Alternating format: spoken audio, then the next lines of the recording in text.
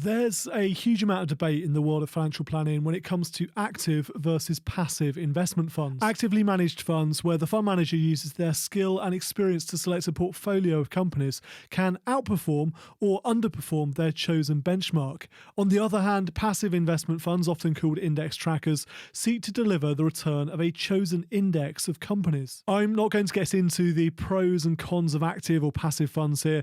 That's a video for another day. Instead, this video is all about the things to think about when picking actively managed investment funds in 2021. I'm going to share 5 factors to consider. Before I dive into this, and by way of introduction, if you've not watched my channel before, I'm Martin Bamford, a chartered financial planner and personal finance YouTuber. One of my responsibilities at Informed Choice, the firm of chartered financial planners I co-own, is fund selection. I've been selecting investment funds, both active and passive, for more than 15 years, and I've got a great deal of experience doing this in a way that identifies suitable investments, ones that do what we expect them to do. Today, I'm ultimately responsible for the fund selection that's applied to nearly £500 million of clients' assets. That's a lot of money and a lot of responsibility. By way of disclaimer, because I'm talking about investment funds in this video, nothing I say in this video, or indeed on this channel, is a personal recommendation. This is for information only. Please do seek professional advice before you make any investment decisions. You should also be aware that past performance is not necessarily indicative of future returns, and that the value of investments can go down as well as up. Not all actively managed funds are born equal. In fact, let's start there. There's a world of difference between a genuinely actively managed fund and one that's a closet index tracker. Too many investment funds charge a premium for active management and then deliver something incredibly similar to the underlying index or benchmark. So the first thing to look for when picking actively managed funds in 2021 is genuine active management. Allow me to introduce you to a concept called active share. This concept dates back to an academic paper published in 2006 by Yale School of Management. The researchers calculated a way of working out how much active fund managers were actually doing. Most excitingly, the research discovered that funds that were actively managing money and not just lazily tracking a benchmark tended to outperform. Active share measures the percentage of the holdings in a fund that differ from the benchmark index. The researchers looked at 2,650 funds and their performance between 1980 and 2003. They discovered that the highest ranking active funds, those with an active share exceeding 80%, beat their benchmark indices by between 2 and 2.71% before fees, and by between 1.49 and 1.59% after fees. How do you identify funds with a high active share? The researchers compared the historical returns of each fund with the returns from the benchmark index by comparing the standard deviation of the difference between the manager's returns and the index returns. Where there's a high tracking error volatility, that indicates a high degree of active management taking place.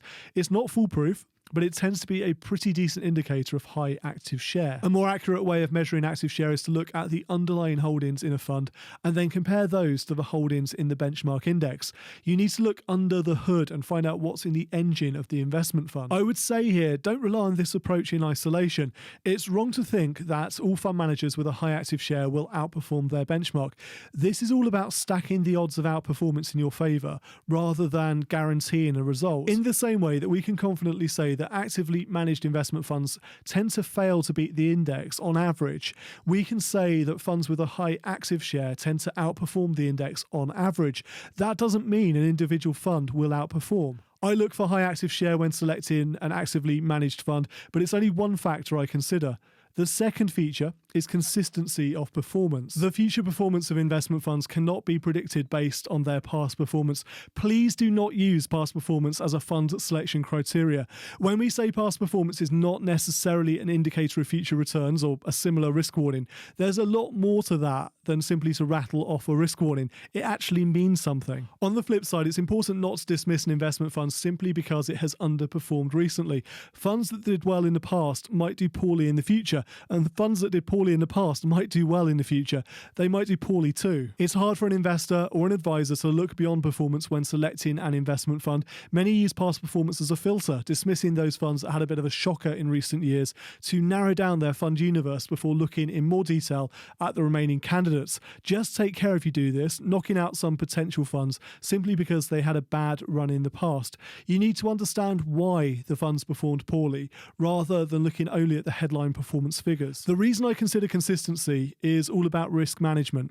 Where an actively managed fund, especially one with a high active share, takes a lot of risk to get its results, things can just as easily go wrong. The fund manager can make a series of bad decisions as he or she chases performance. So this isn't about looking for consistently high returns from a fund, but instead looking for funds which perform consistently in line with their objectives, funds that don't take excessive risks to deliver their returns. There are several ways to measure this risk. One is called alpha. It's a way of measuring the performance of a fund on a risk-adjusted basis by identifying the excess return of the investment relative to the return of the benchmark index. Alpha seeks to calculate how much value is being added by the fund manager over and above what the index returned all by itself. You can also look at a measure called maximum drawdown, the maximum observed loss from a peak to a trough of a portfolio before a new peak is attained. Maximum drawdown is an indicator of downside risk over a specific time period. Please don't use alpha, max drawdown, or any other measurement of risk in isolation. Once again, these are tools for fund selection and not a magic bullet. Fund selection criteria number 3 when choosing a suitable actively managed fund is value for money. I'm not talking about cost in isolation here, but how much value is being added by the fund manager in return for the charges you pay. We tend to get a bit too wrapped up in charges in the world of financial planning. Of course, it's important not to pay over the odds, and the growth in low-cost index tracker funds in recent years has helped to drive down the overall cost of investing, which is a good thing. When it comes to your selection of an actively managed fund, make sure you're not paying over the odds, because cost, unlike performance, is a factor you can control. The more you pay, the less you keep. If you've got 2 investment funds on the table in front of you, all other factors being equal, which of course they never are, the cheaper of the 2 will outperform. To make life harder than it needs to be, the investment management sector publishes a number of different charges figures. The one to focus on is called the ongoing charge figure, or OCF. The OCF includes the annual management charge, or AMC, of the fund, and all of the expenses associated with running the investment fund. It's quoted as a single percentage figure, and it should allow for a fair comparison of the costs of different funds. Number 4, when selecting an actively managed fund, is the objective of the fund. There's a simple reality to understand when you're investing money. Your asset allocation decisions, and not fund selection, are the key drivers of returns. I'll explain that before I talk a bit more about fund objectives. One academic study found that more than 91% of a return from a portfolio can be attributed to its underlying asset allocation. That is the mix of investment types within the portfolio. So the percentage allocated to UK equities, international equities, bonds, property, etc. Other studies have challenged that figure, but they pretty consistently come up with a similar conclusion, that it's asset allocation and not fund selection or stock selection or even market timing that makes the biggest difference. It's fine to spend some time on fund selection, as you can add some extra value doing this, but the biggest effort when making your investment decision should be all about the underlying asset allocation, the mix of investment types. You determine this by first understanding how much risk you need to take to achieve your financial goals, and then balancing that amount of risk with the amount of risk you feel comfortable taking. That's also referred to as your attitude towards risk, and also how much risk you're able to take, known as your capacity for risk. And that brings me back to the objective of the fund. Once you've decided on your asset allocation, fund selection should involve identifying suitable funds to populate each part of that asset allocation. For example, and this is an entirely fictional example, let's say I decide to allocate 23% of my portfolio to UK equities. My fund selection challenge becomes a case of finding a fund or funds which have objectives aligned with that asset class. In other words, is the fund a good proxy for the returns I might expect to see in the UK equity asset class as a whole? I chose UK equities as my example because a common mistake we see is investors using the FTSE 100 as a benchmark for UK equities. It's a rubbish benchmark for the UK equity market, despite being the one that's thrust in our faces during every investment-related news bulletin. So look at the objectives of the fund. What is the purpose of your fund, and how is it aligned with your objectives? Keep in mind that fund objectives can change over time too, which brings me nicely onto number 5, keep things under review. There's a balance to find here between cutting your losers and unnecessarily jumping between funds. In my experience, the goal should be to select funds well enough at the outset that you don't need to switch around too often. Don't be afraid to fire a fund manager if they no longer suit you though. Most importantly, when you review your portfolio, say once a year, is to understand how the underlying asset allocation has changed. When one asset class performs well and another loses money, which is perfectly normal in a diversified portfolio by the way, then it will throw the overall mix of your portfolio out of kilter. Rebalancing the asset allocation is about keeping the underlying asset mix aligned with your investment goals. But beyond asset allocation rebalancing, look for changes in the funds too.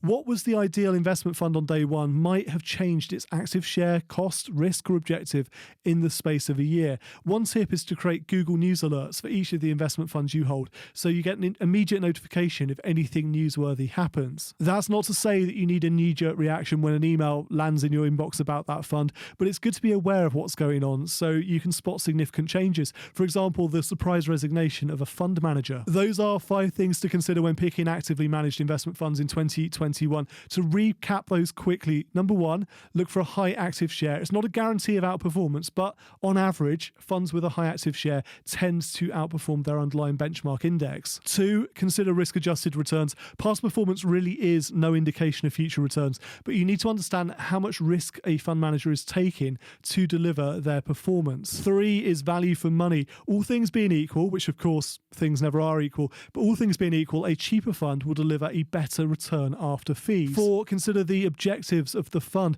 Make sure they are well aligned with your overall investment strategy and that you're populating each part of your asset allocation with suitable funds. And last but not least, 5, keep things under review. You don't want to be chopping and changing funds all of the time, but you should be aware of what's happening, what's going on, and you should definitely keep your underlying asset allocation rebalanced in line with your investment goals. 5 things to consider there when picking actively managed funds in 2021. I hope that was useful. Do let me know what you think in the comments below, and I'd love to hear your own fund selection criteria. How does it differ from the approach I follow? And while you're here, press that like button. Pressing like takes less than a second. Go on, time yourself as you try it. And it's a massive help when it comes to the YouTube algorithm, helping my videos reach a bigger audience. Smash the like button now. Thank you for watching this video. Until next time, I'm Martin Bamford, and remember, when it comes to your money, the more you know, the faster it can grow.